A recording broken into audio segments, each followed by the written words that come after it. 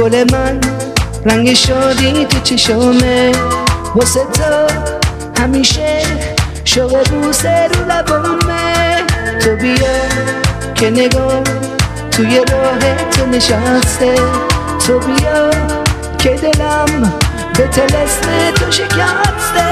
گلی جان وقتشه دیگه از را برسی یار، عزیزم وقتشه که تو از را برسی یار.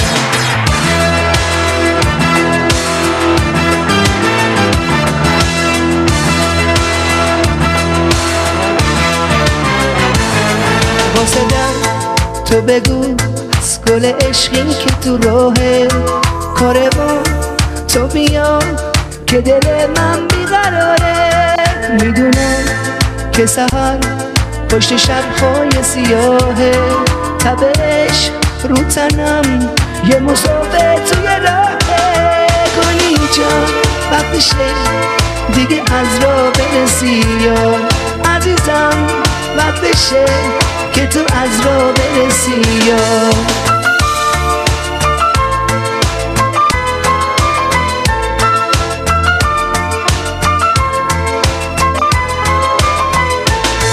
فاصله یه شبه بین آغوش من و تو، همه جا سر راه گل میریزم جای خاطا. گلی جان اسم تو توی سینه شده فریاد، عشق تو واسه من مثل شیرین واسه فرهاد. گلی جان وقتشه دیگه از را برسی یار، عزیزم وقتشه که تو از را برسی یار.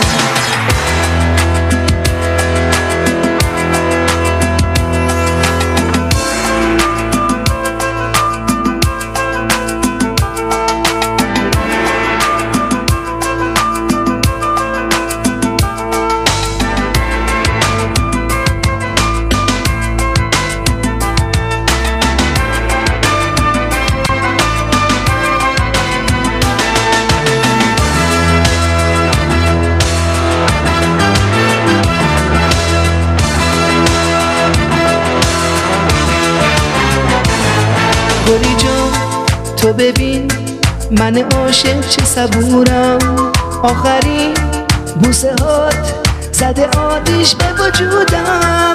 خوب من نازنین یه ستاره یه فرشته، گلی جان تو بیا که گذشته ها گذشته. گلی جان وقتشه دیگه از را برسی یار، عزیزم وقتشه که تو از را برسی یار. گلی جان وقتشه دیگه از را برسی یار، به خدا وقتشه که تو از را برسی یار.